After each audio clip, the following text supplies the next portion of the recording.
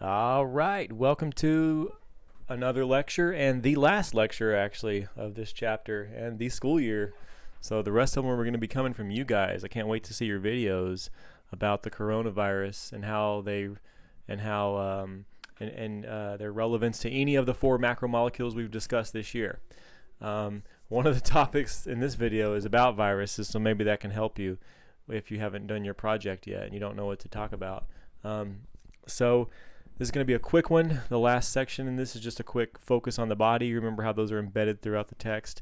And there's just two little concepts that the book goes over: DNA fingerprinting, which is commonly used in crime scenes, and how viruses work. So let's just get right in now then. So with DNA fingerprinting, the way that works is we use a process called gel electrophoresis. Gel electrophoresis. I actually have some of these machines at school. It's just, man, we haven't had too many times or places where we can really pull this out and talk about it, and it would be more for advanced students anyway, specifically you guys. Like, this is probably something I would have tried to do this year with you guys then as a lab, but it's kind of dangerous though, actually, too, the way it works, and this book doesn't go into any detail, so I need to give you a little background info and just explaining how it works. But you basically have this gel. So you have this like cartridge like this. It's just like a flat cartridge, and then there's some gel there, like some agar. And then what you do is you there's little wells at the end here where these words are. There's little wells, and you just put drops of DNA there all across. So you put a drop here, drop here, drop here, drop here, and then you run like a massive amount of current, like a high voltage current through the gel. And what it does is it makes the DNA want to move, want to travel. And so you set it up for like 5 minutes or 10 minutes or whatever, and you just let the current run through the gel. And what happens is the DNA will travel, and as it travels, the heavier molecules will stay farther behind, but the lighter DNA molecules will travel faster.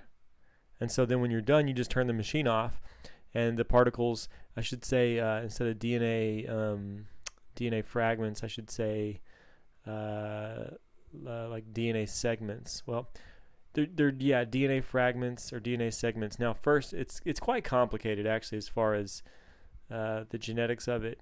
You actually have to cut the DNA.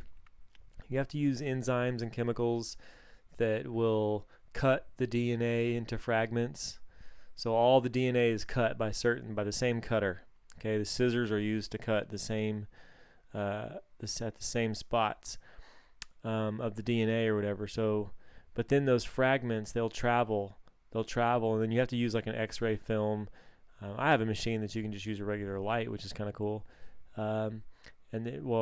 Actually it uses like a UV light or whatever, but basically you need a special kind of somewhat of a light or a film to see it, to see the DNA. And what you'll see is this kind of image like this. And again, what happens is those little fragments of DNA, the heavier ones won't travel as fast, and so they stay behind here.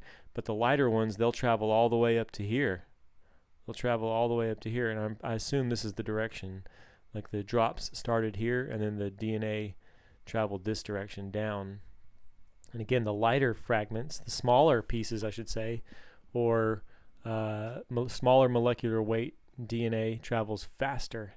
And so it's going to travel farther. So it's all about distance. And that's how you catch a criminal. If this is the criminal in this lane here. So here's how this works. There's vertical lanes. They're numbered 1 through 13, and they're going to correspond to DNA samples. We have 13 DNA samples here. In lane 1, 3, 9, and 13, we have what are called the ladders. And that's just DNA that has DNA fragments that we know the size of. And so they're going to show the approximate size of the DNA fragments in that, and where they would fall, where they would lie, where they would rest after the phoresis is done. And you can see it's all the same, so it's kind of like a control. And just make sure that we do know the size of all these molecular weight little fragments here, okay, for the ladders. And then the other lanes, you can put whatever you want. So lane, in this case, this is like a real this is a real forensic analysis here. In lane 4, it says it's DNA that's obtained from a female assault victim. And lane 7 is the female DNA from the crime scene. So notice 4 and 7, lanes 4 and 7, that they look the same, right? Like here's 4 and here's 7.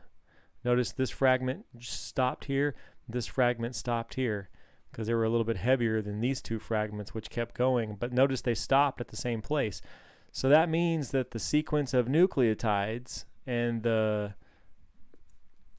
sequence of nucleotides must be the same because they have the same molecular weight. Because they have the same molecular weight and how far they traveled. Again, the heavier fragments travel slowly, like this. You can even see it's a little bit bigger than this. This one's a little bit darker, and because there's more stuff there, and it's more mass, so it has a more molecular weight than this piece. But the point is, lane 4 and 7 are the same. So the assault victim and the DNA at the crime scene are the same. So we know the lady's not lying. She did get assaulted. She was at the crime scene.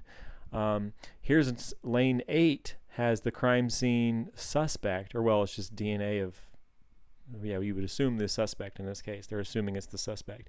And then we got 2 people we think might be the suspect for lanes 5 and lane 6. Lane 5 is person A, lane 6 is person B. Well, check it out. In lane 5, person A, the DNA fragments must be the same size as the DNA fragments of the person at the crime scene. So if you have the same size fragments, then you technically have the same DNA. And I have to be careful because this isn't like a genome that has been sequenced. Like we don't know what exact nucleotides are there. This is a very kind of a crude way of like comparing DNA. Is all you're doing is comparing DNA. You're not actually sequencing the genome, which we can do, by the way, so that would be way more advanced and stuff. But it would require more time and more money, and this is a real easy way. All you need is some agar and some, again, high electrical current that goes through the gel to make the DNA want to travel through the agar. And the agar has a certain amount of resistance, you know, because it's not like water. It's not just going to go flying through. It's like a thick gel, and so it can only travel slowly. And the lighter particles will travel faster, but the heavier particles won't travel as fast. And as soon as you turn the machine off, you'll have this kind of a fingerprint, essentially. Well, the fingerprint of A matches the crime scene, so that's the same person's DNA. They know it's the same DNA. And the point is, you don't just analyze 2 pieces like this side by side. You'll see that all down the line, these 2 will be in the same spot, then there will be more in the same spot and more. And so you do this over and over with different fragments of DNA, and you see no matter what, like you keep getting the same, like what are the coincidences, you know? It's one thing if you had like a little bit of a match, but then if you get further down, they don't match, then you might have had a coincidence. But if the fact that every single fragment were the same size, then, or if,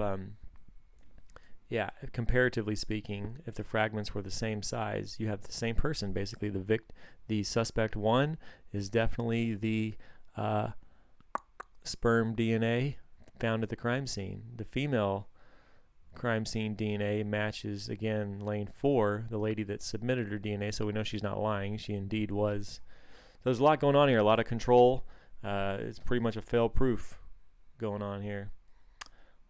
Okay. So that's DNA fingerprinting. Basically, again, each band corresponds to a fragment, just this fragment of DNA. Again, the DNA has to be cut first into those fragments, and the low molecular weight DNA will travel faster than the high molecular weight DNA. And so again, the arrow says as you're further down the picture, you have smaller size DNA fragments. This fragment is smaller than technically this fragment because it traveled faster. And so to compare DNA from different individuals, you just place them side by side in horizontal bands, and you got yourself basically a fingerprint. And only identical twins will have identical DNA, by the way. And this is an interesting concept. How can 2 identical twins have the same DNA but yet look a little bit different? One will have a mole and one won't. So that's called epigenetics, which is a field of study outside of genetics, or basically suggests that we can alter our genes a little bit in such a way that we can kind of turn them on or turn them off. Not necessarily change the sequence or whatever and mutate them, but we can control how and when our genes are turned on or turned off. And so, yeah, it's called epigenetics. Pretty interesting. So, like, it suggests a healthy lifestyle can make sure the good stuff of your DNA is expressed and not the bad stuff. All right. The second one is viruses. So hopefully this is relevant. Basically, a virus is not a living organism, by the way. You should make that point now.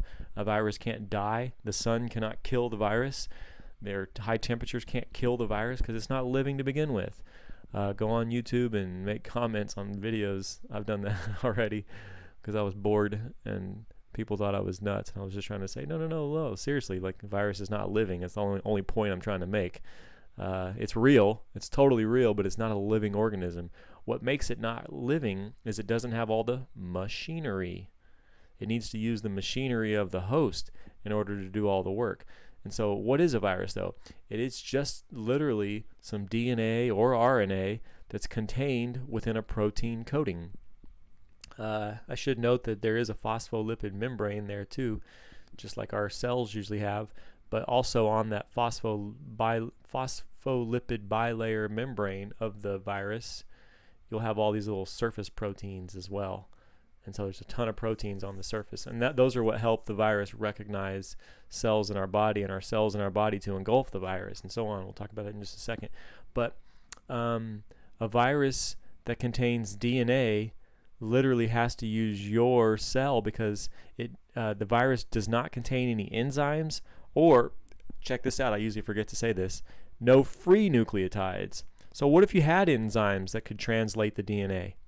What if you had a ribosome? What if you had other enzymes, DNA polymerase and such, but you didn't have any free nucleotides? Well, you don't have any Legos to work with, so how are you going to build anything? Okay, so it's important. How do we get those free nucleotides? Through our diet. Every time you eat something, whether it's animal or plant, you're eating their DNA too. DNA is a very important component, but believe me, you're getting enough DNA in your food. Nucleic acids are easy to come by. So, again, the virus just has DNA or RNA. And what's really interesting about a retrovirus like HIV, for example, which is a retrovirus, is that it contains RNA. And what it does is when it's in the host, it uses a process called reverse transcription. So it literally brings in its RNA. Let's look at the picture. It does it best. This is how a retrovirus infects an organism. I'll have to double check if coronavirus, if the CoV/2 virus that causes COVID-19, if that SARS-CoV-2 or CoV-2 is a retrovirus or not. I don't know. I do know that it has RNA inside of it, though. It doesn't contain DNA. It contains RNA. It injects the RNA into the cell, kind of like this one does. But watch how this works. And again, I just don't know if this is the same mechanism as the coronavirus. But for this retrovirus, the way it works is after it injects the RNA in, it uses reverse transcription to make new viral DNA. So it goes backwards. It uses the RNA, which is usually made from DNA. It uses RNA to make DNA by using reverse transcription. And there's an enzyme that does that, reverse transcriptase, I think. Please tell me I said that right. Reverse transcriptase, I think is the name of it. Anyways, if it's not, there's an enzyme that does it. And then that viral DNA will actually go back into the cell and then check it out. Then you got to do the regular order transcription. So it'll get turned back into viral RNA. But the point of getting it to DNA, you might seem like, why would you make it DNA if you're going to turn it right back into RNA? Didn't you bring in RNA? Sure, you did, but you don't want to use it up right away and then it be done. What you do is you put it into the DNA, and then this cell, when it goes to replicate, it'll copy its own DNA replication for the new cell for mitosis. Well, guess what? Now you've just copied the DNA, and that new cell, even if it never got infected with the virus, is still going to make viruses because it has the viral DNA injected into the host DNA. So it literally becomes a part of you at that point. That's how dangerous HIV is. Again, I don't think coronavirus is a retrovirus in this aspect. It just brings in its RNA, and then the cell, your lung cell, will just turn the RNA into protein. So it'll just translate the RNA right away. But again, that's what happens here. So you can see the viral RNA is used literally to make the viral proteins that are on the surface. So once you have your viral proteins and you also have viral RNA, just put it all together. All you need is a little bit of assembly, and then boom, there you go. There's your virus. Once that happens, exocytosis, let it leave the cell and go infect the neighboring cells next to it. And so let's talk about the drugs. This might be something you may want to address, and then that's it, guys. This may be something you want to address in your presentation. There's a couple antiviral drugs like remdesivir on the market that are pretty promising that I really like. But here's some other antiviral drugs. This looks like azidodeoxythymidine, AZT, and dideoxyinosine. The way they work is they look like nucleotides. This is kind of like how remdesivir works as well. They look like nucleotides, and so when the host cell is going to make the DNA, guess what? Each of these nucleotides, they look like nucleotides, but they're not. They're like nucleotide or nucleoside analogs, like they're analogous to a nucleotide, but they're not. There's actually no OH group on the 3' carbon, no OH group on this 3' carbon. So what that means is you can't connect a new nucleotide there, because remember, the phosphates connect to the hydroxides. The phosphate of one nucleotide will connect to the OH group on the 3' carbon of the next nucleotide. So you can't really have a sugar phosphate backbone if, number one, you don't even have phosphates here. But then number two, if you don't have an OH group here, a phosphate can't connect there. So boom, this stops the process of producing DNA. DNA synthesis will not occur. Remember, why would we do DNA synthesis? Because retroviruses, the way they work, is the RNA will be used and the process reverse transcription to make viral DNA, and then you won't make any viral DNA. That process will get halted with these imitation nucleotides that come in and act like they're going to be game players, but they're not. They're game changers because they don't play. They don't play, and they don't join with real nucleotides. And so boom, you tricked the virus, or you tricked your host cell. Your host cell was already trying to be tricked by the virus, and then you had to act like you're someone. It's double tricked the host cell. Poor host cell. Yeah, these drugs are pretty promising for viruses, and but sometimes they don't work, so it's complicating. Definitely more complicating than even the experts can imagine. So they've got to do trials and tests to make sure they're safe and that they actually work and all that. But in theory they should, right? So I love how theoretically it seems like things should work so well, but our bodies are quite complicated. We got a lot of chemical reactions occurring in our body. And so the moment you think something looks good on paper, you put it in the body and you realize, oh, this other enzyme reacted with it and that wasn't good, and so on. Or oops, you just halted this process, which really was needed for something good in your body. And so you have to be careful what you do. But anyways, last lecture. Can't wait to see your guys' presentations on the coronavirus. I know some of you have already uploaded yours, and thank you if you have been watching these videos, by the way. I don't mind if you don't. I understand that some of you have better things to do, like homework, and need to manage your time a little bit better, or don't need the lectures and you like to read and minimize screen time. But those of you that are watching the lectures because you're trying to get the information from me, I appreciate that, even though I don't know you're doing it. I can see my YouTube views, and I can tell not a whole lot of people are watching my videos, so it's kind of sad and depressing, but I feel like I'm doing my work for nothing. But even if it's just one or two of you watching these and you're benefiting, thank you right now. Thank you for making my time not worthless. And I can't wait till we get to see each other again and have school face to face. Till then, bye-bye.